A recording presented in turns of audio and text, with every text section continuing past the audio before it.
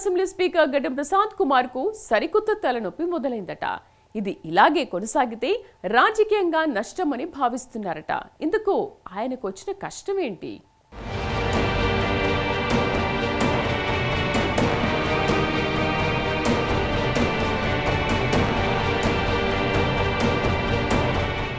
Telangana speaker గడ్డం ప్రసాద్ కుమార్ కు కొత్త తలనొప్పి మొదలైందట. బీఆర్ఎస్ నుంచి కాంగ్రెస్లోకి జంప్ అయిన ఎమ్మెల్యేల విషయంలో హైకోర్టు పలు సూచనలు చేసింది. హైకోర్టు ఆదేశాలను ఏం చేయాలని స్పీకర్ మల్లగుల్లాలు పడుతున్న సమయంలో మరో సమస్య ఎదురైందని అసహనంతో ఉన్నారట.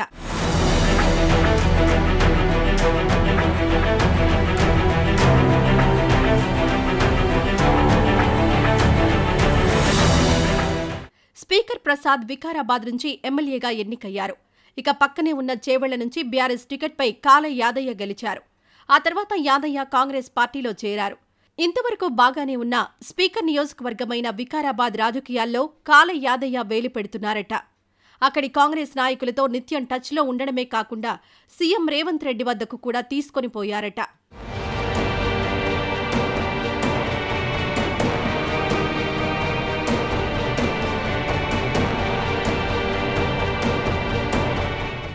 చేవెళ్లలో యాదయ్య రాకను పలువురు కాంగ్రెస్ నాయకులు వ్యతిరేకిస్తున్నారట. అంతేకాకుండా యాదయ్య ఏ కార్యక్రమానికొచ్చినా కాంగ్రెస్ కార్యకర్తలు గలాటా చేస్తున్నారట. దీంతో యాదయ్య చేవెళ్లను వదిలి వికారాబాద్లోనే ఎక్కువ సమయం గడుపుతున్నారట.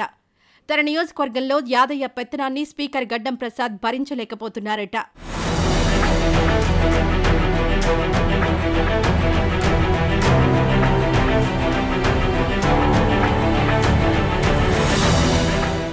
ఎమ్మెల్యే కాల యాదయ్య వికారాబాద్లో చేస్తున్న రాజకీయం విషయంలో స్పీకర్ గడ్డం ప్రసాద్ అసహనంతో ఉన్నారట.